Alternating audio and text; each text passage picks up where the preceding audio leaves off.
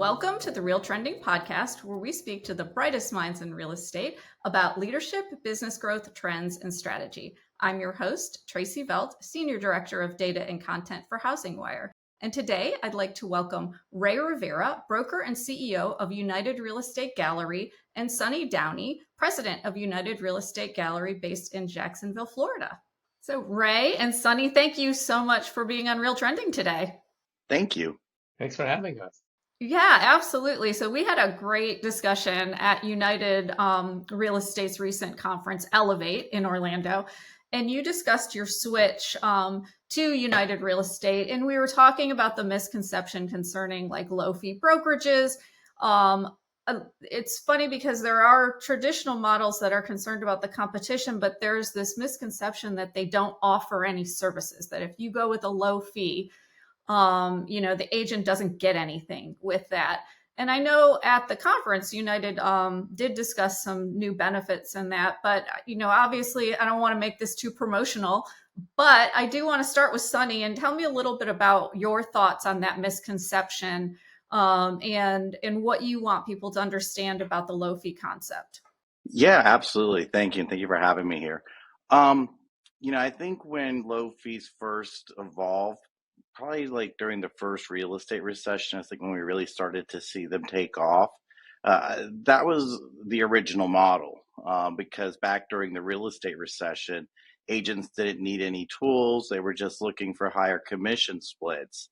And we thought that it would have a shelf life, which it didn't. It wasn't a shift in the industry. Quite frankly, I think it was an evolution.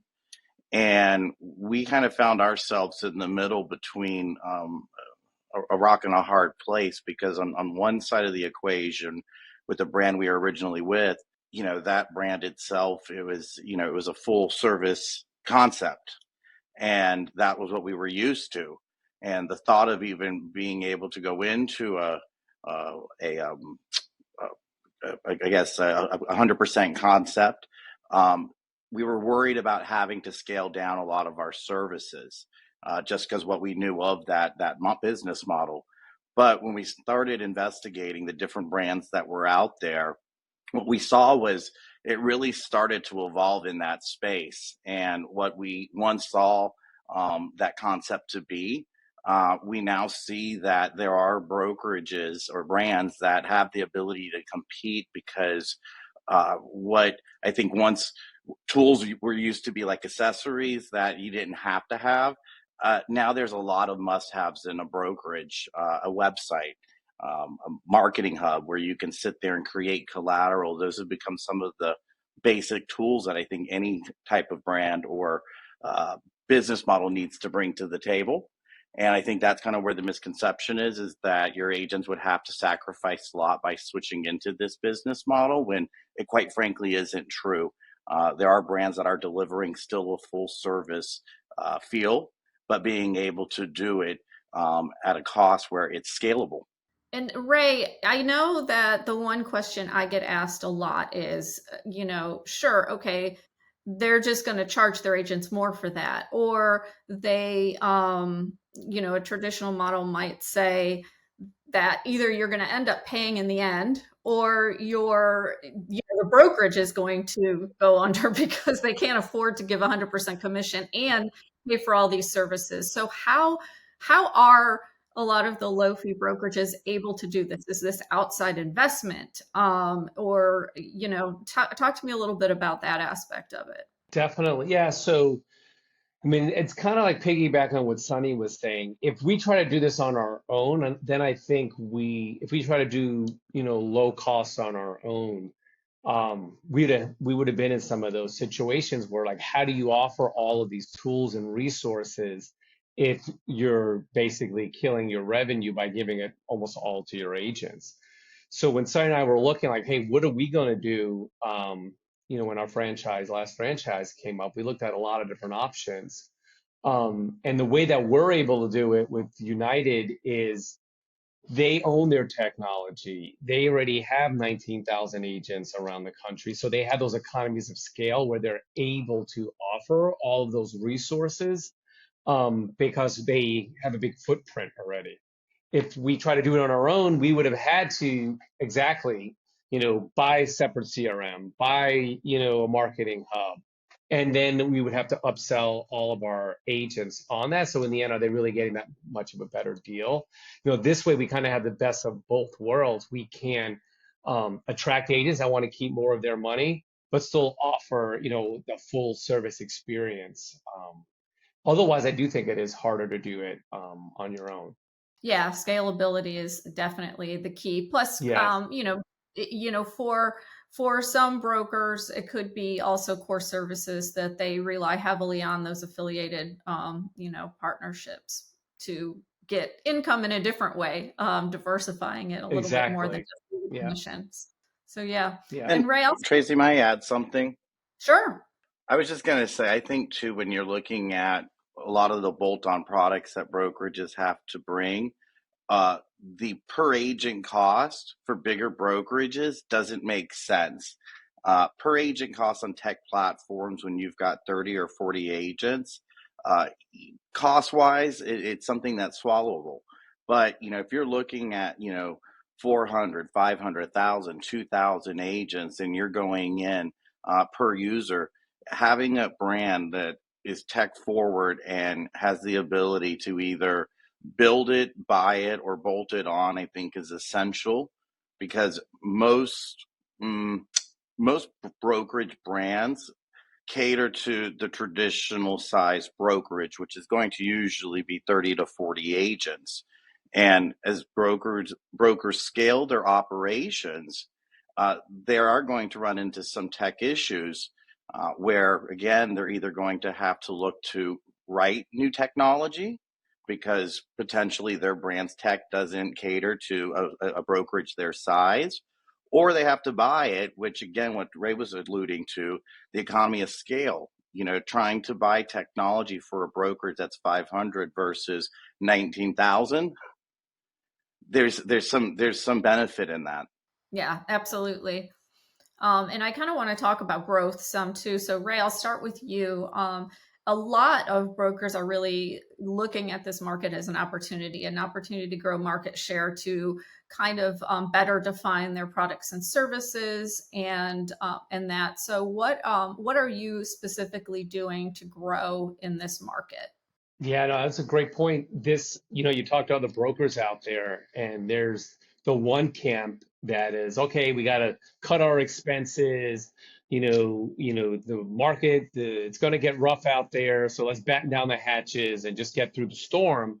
And then there are brokerages like us and United Corp, where we're looking forward to a little downturn in the market because we feel we're just correctly positioned in the marketplace where our agents are going to be able to keep more of their money. So if they're doing less deals, they will keep more of that. And then ramping up to this point where we do own our technology, we do have the platform, so they're not losing any of the resources. Incredible benefit to us. So what Sonny and I and myself are doing is we're proactively going after those smaller brokerages because you saw a lot of people in the last 10 years. The market's been great, going straight up for the past 10 years. The mom and pops, they open their own brokerage. They were a glorified team and they open their own brokerage. But now that the market is shifting a little bit, they're starting to feel the pinch. So we're coming in and saying, hey, you could still keep your culture or your team, that whole concept, but just have us use us as the back end of your programs, your CRMs, and all of that. We'll take care of all of that. And so we're trying to roll in and look for offices just to roll in some of the smaller offices. And then there's the normal recruiting. Recruiting has never been better for us as it's been the last 6 months because agents are out there looking, hey, what's going to happen with our industry? How are buyer commissions going to be affected? Every amount that every amount I could keep a little bit more in my pocket is becoming more and more appealing to the agents out there. Yeah, Sonny, what do you have to say about kind of the growth strategies of the company? Now, what Ray was talking about, I just want to kind of play off of that. We are looking for different ways to partner up with different people, and that's kind of the cool thing when you're with a growth-minded corporation is that there's 1,000 different ways to partner up, not only with us, but with United Real Estate. And that was what attracted us to the company, because with some brands, you were very pigeonholed and there were guardrails with what you could do. And I think right now, where the market, in the position that it's in, flexibility is key, adaptation, because I think that's where we're headed, at least for the next 12 months. The last 12 months, it kind of reminds me back in 2007 when they said, just give it 6 months. And we gave it 6 months. And then it didn't fix itself. And then they told us, give us another 6 months. And now we're almost a year into this market. And for some brokers, their solution is, if I keep throwing money at it, maybe the problem will go away. And that's where a lot of brokers were in 2008. And in 2008, brokers had to really open their eyes and see where the reality is. And the reality is that, there's fewer sellers, there's fewer buyers right now. You still have a lot of agents that are in the industry. There's fewer that are coming in at the top. So it's going to become harder and harder for brokers to be able to recruit. I think especially in full service models, with marketing becoming so much easier with AI tools. Uh, the broker dependency, the agent dependency on a broker keeps diminishing more and more. And it's hard. It's a very hard position to be in, because especially as a franchise operator, oftentimes you're caught in between, in the middle, dependent on what type of model there is. And as much as we would love to say it boils down to just a name, I think right now to really adapt in today's market, it's not about just cutting costs. It's also about looking at your own revenue models and just saying, are they up to date? Yeah, and I do know there's huge opportunity in the walkovers or roll-ins, like Ray was talking about as well. Because right, they started these offices and they're the rainmakers, and it's becoming more difficult to support that.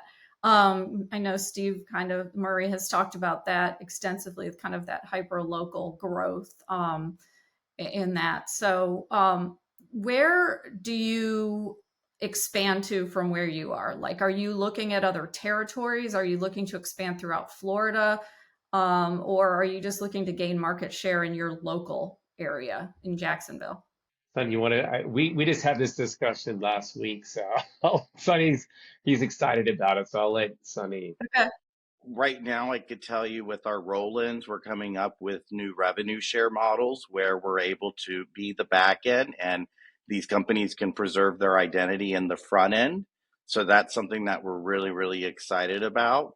But what we're really more excited about is the opportunities to get into some of these other markets. That was the primary purpose of this rev share model, was so that we can go ahead and start getting into markets like from south of us in Fernandina, or far south as Daytona, because we do see that. And I think this is what's going to happen with, at least I think, any brokerage that wants to survive. They need to look at how is it working with their office spaces, because pre-pandemic, post-pandemic, that has shifted a lot. They need to look at agent services. What are they using and what aren't they using, and what other auxiliary businesses can they sit there and make money from, which that has been our big push right now, is just auxiliary services. But yeah, I mean, the growth, it's exciting because, when you're selling, I think, a full service model in an industry where the margins are getting thinner and thinner for agents, especially with all the news of commissions.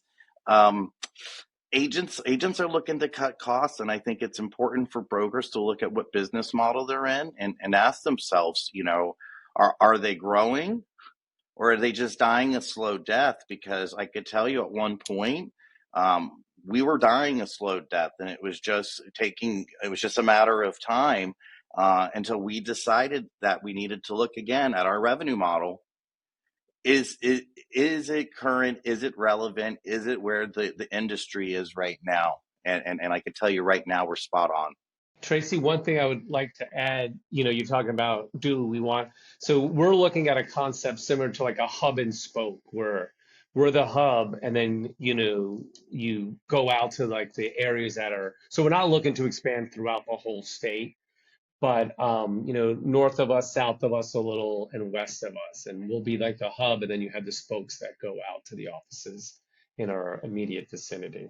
Yeah, that makes sense. And do you have I know that United isn't really a virtual model, but do you work that way at all within your model? So having virtually capacity. So all of our offices, we have 6 locations in Northeast Florida. And so we have actual, office space. We have the capacity to be virtual. Sonny was mentioning it a little bit before. So we have an agent in Orlando. He was living here. He lives in Orlando. We have an agent that lives in West Palm. So they virtually are part of our location. We do like, talking about, you said hyper local, the local. I still think consumers want those local experts in those areas that they're moving. So we're a true believer in partnering with those local experts in the areas that we want to expand to. So we offer virtual, but we still feel it's important to have that local presence. Tracy, I'm just going to add on that. Yeah, I was going to say, I mean, we're about 60-40, I mean, hybrid. But as we start to expand, we understand the necessity to be able to build out that virtual environment as well. So with the Bullseye platform, it does enable us to be able to help the agents be productive from afar. But, again, I think pre-pandemic, post-pandemic, what we're finding, at least post-pandemic, at what point agents weren't using the office as much. But I think a lot of it also had to do with the state of the market, because when things are good, you tend to not be in the office. But then, when things shift, you come back in for fellowship, which quite frankly, I think is important for any agent that's going through this, because quite frankly, if they're suffering right now, this is the first time they've had to suffer in the first 2 to 3 years. And this industry probably has provided, many fruits for their labor, that I think if this is the first time they have to sweat it out, it's not that bad. And there's still sales happening. I just think, again, it goes back into adaptation. Are you adapting as a realtor? Are you adapting as a broker? Are you adapting as a brand? Yeah, absolutely. And we're going to talk about adaptation or adapting as brokerages. I know, Sonny, you were president of your local MLS. Ray, I think you're president now.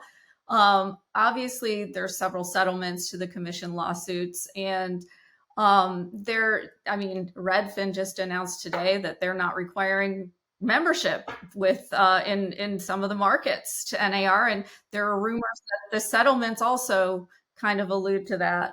We don't know what's in them though yet, so I don't want to overstep. But Florida's a transaction brokerage state, and when we spoke in Orlando, you were saying that the state and your brokerage is positioned for those changes. So, Sonny, do you want to start and talk to me a little bit about, kind of the whole, how you're positioned, the transaction brokerage concept in that as well? Yeah, I mean, I think ultimately what it boils down to is, or the fear is, how do agents collect potentially a commission from a buyer? And I think it's a matter of them being able to pivot. Prior, about mid 2000s, Florida was considered a single agent state. And if you wanted to show a house in your brokerage, you had to get permission to transition into a transaction broker. That changed later in 2000.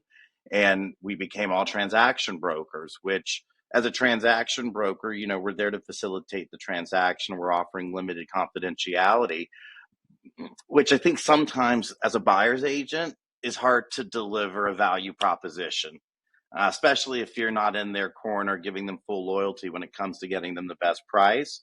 Whereas our agents, what we're coaching them into is buyer broker agreements, and the ability to sit there and offer single agency.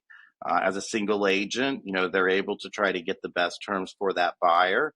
And I think that is where we can start to see value. I do know that there's some agents that still do have some concerns with it. And quite frankly, Tracey, what I tell them, if you're that scared, donate to RPAC and let the money do the fighting for you, or even better yet, become the listing agent. Because on the listing side, that's where they have the control and the ability to sit there and I guess get compensated for true service and as far as marketing the property. Ray, what are your Yeah, thoughts? I could pick. Yeah, I, I'm the president next year, Tracy. Okay, I'm the next vice year. president this year of MLS. So Okay. I get to be in the heat of when all the stuff will Oh, probably come down. yay. But yeah, exactly. But you know, our MLS has definitely been looking at this for the last couple of years. We knew this was kind of coming, and being at a lot of meetings, and you're hearing a lot of people talk, and the doom and gloomers, and the ones that are saying, "Oh, nothing's going to change." Da, da, da. We've been doing this for 100 years. I think it's going to be somewhere in the middle. I do feel transparency, the consumer understanding how commissions get paid, disclosure. I think all of that is good. And if it makes our industry better, I think it's great for everybody. Currently in our market, on our listing agreements, there's a field that we have to put at least $1. I mean, that's one of the issues. But the seller can offer a dollar compensation in the MLS. It's always a bit negotiable. It's not that the seller can't negotiate that, or the buyer on their end can't negotiate the commission that their buyer's agent's receiving. I mean, we see that a lot of times where a buyer asks a buyer's agent, "Hey, would you be able to rebate me back or offer any closing costs?" And so it's always been able to happen. So I think the argument, this is my viewpoint, it's not Real MLS's viewpoint. I think this is an issue that isn't as big as everybody's making it out to be, at least in our market, in our area, in our state. It's always been a negotiable field. Our agents are always allowed to negotiate commissions, but I can understand them where they're saying, okay, well, how it's done, a lot of these buyers aren't aware. But the unintended consequences of it, Tracy, are who's going to get hurt if the buyer's commission, if the buyer's going to charge their buyers a commission on their end. And it's usually the lower end buyer, the buyer that doesn't have money for closing costs. It's not allowable, like Sonny was saying. We have to, try to get some legislation passed where buyer's commission can be added as allowable closing costs, or in a VA or FHA. So I think we're just in the beginning of what's going to happen on the changes. But I think our industry as a whole is well positioned to deal with it, and it goes back to being, part of a brokerage where they're looking at what's out there, how training them on how to do it. I do think you will see some buyers agents maybe getting out of the business, the ones like Sonny was saying that can't show their value. So I think in the end, we're going to be okay. I think we're going to be okay. I think it's going to weed out some agents. And in the end, I think our industry is going to be better for it.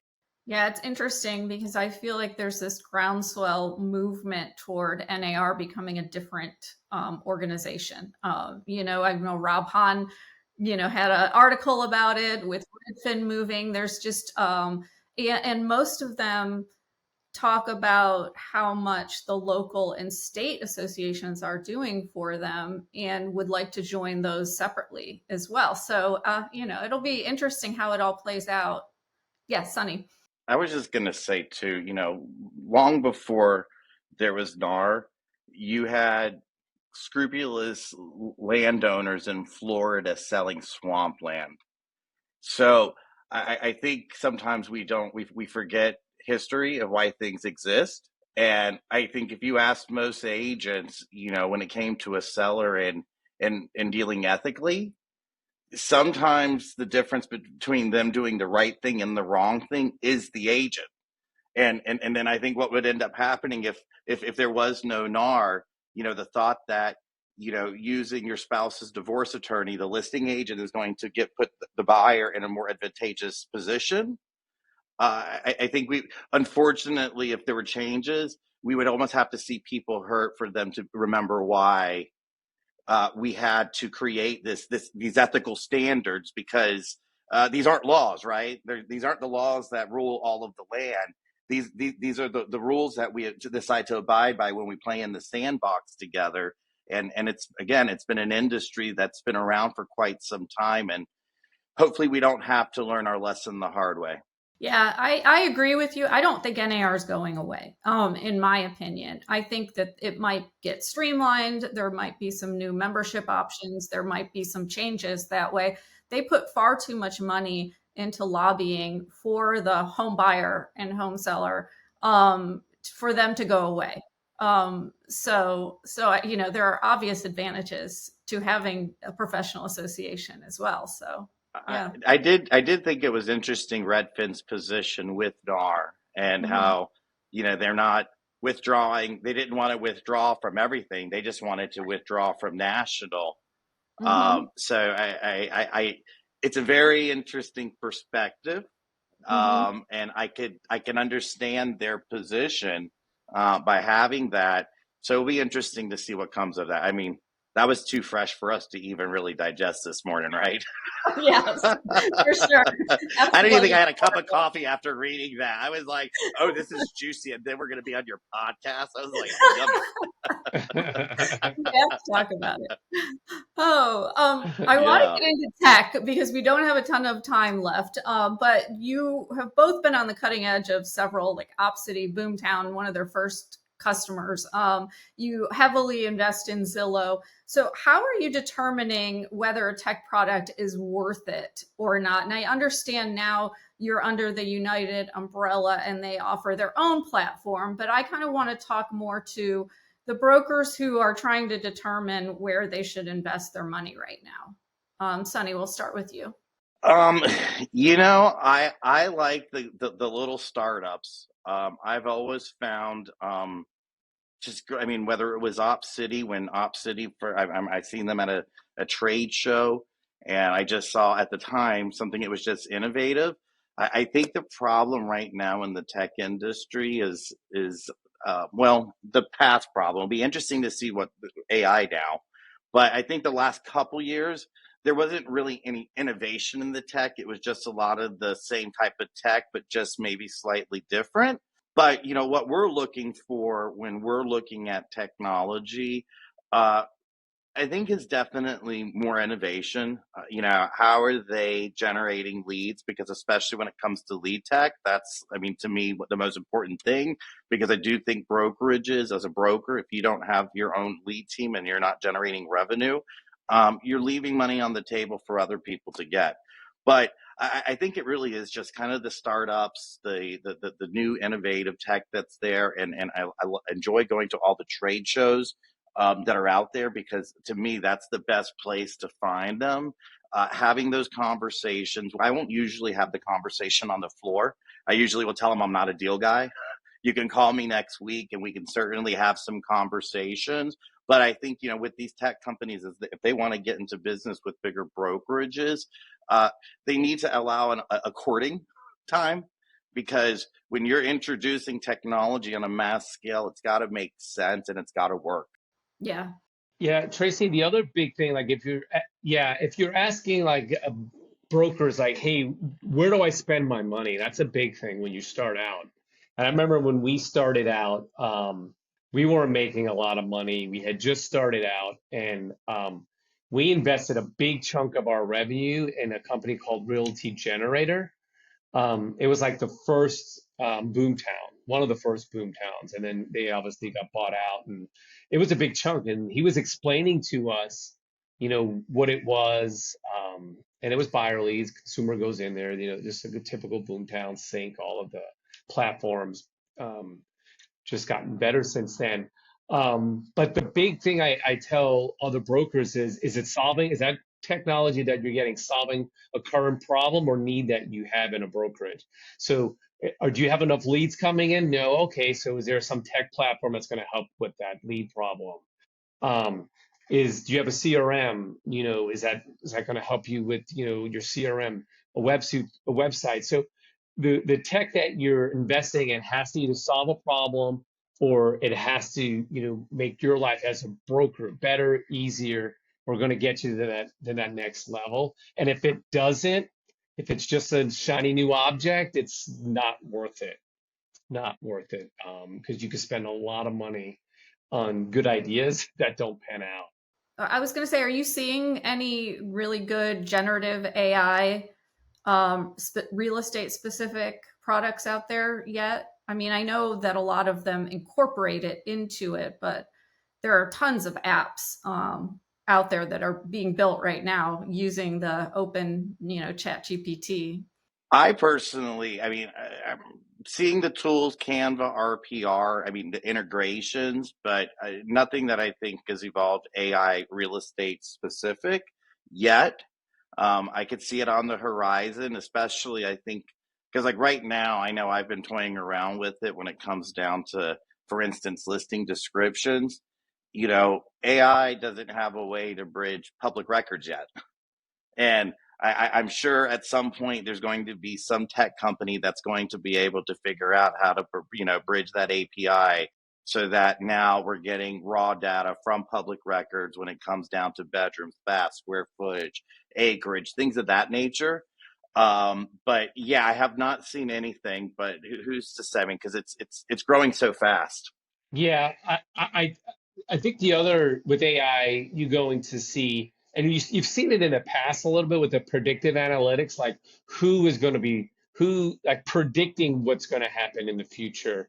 I think you're going to see more of that because it's the big data play. Everybody's getting everybody's data, and I think that's another avenue where you're going to see a lot of this analytics where the AI is going to look and say, hey, here's a potential, customers in your database that are going to be looking to buy in the next 2-3 years. You're going to see a lot of that, I think. Yeah, absolutely. I have one more question for you both. So I'll start with Ray. What does the future hold for your firm? Oh, a nice question. Question. We're excited, Tracy. We're really excited about the future. Just because kind of things that we alluded to earlier, we feel we're in a really good place position in the market where we have the ability to be on the forefront of all the new technology coming out, being partnering with a company like United that has their own technology. They're looking at the AI. They're looking at what else is out there. When I remember I went to one meeting and it's like, we're not looking at like what's ahead always. We're looking at what's around the corner. Because you can only see so far ahead, but we can't always see what's around the corner. And we feel like we partner with a company that's trying to look to see what's around the corner, to plan for something before it's even there. Because if you asked me 3 or 4 years ago, buyer's agent compensation was, might be done with, I'm like, oh, I think you're crazy. And look where we are today, So no one knows what the future is. I just think it's important, one, to align yourself with a company that is looking at that. For us, we're excited about the future because we're very nimble in an organization that we could adjust if we have to. And I would say, don't believe all the naysayers that our industry is over with, and our jobs that we have are going away. I'm not a believer in that. The consumer still wants that local person that's from that area that understands that market. How we get compensated might change, but the death of the agent, I think, is something that we're not going to see anytime soon. Sonny, you want to add to that?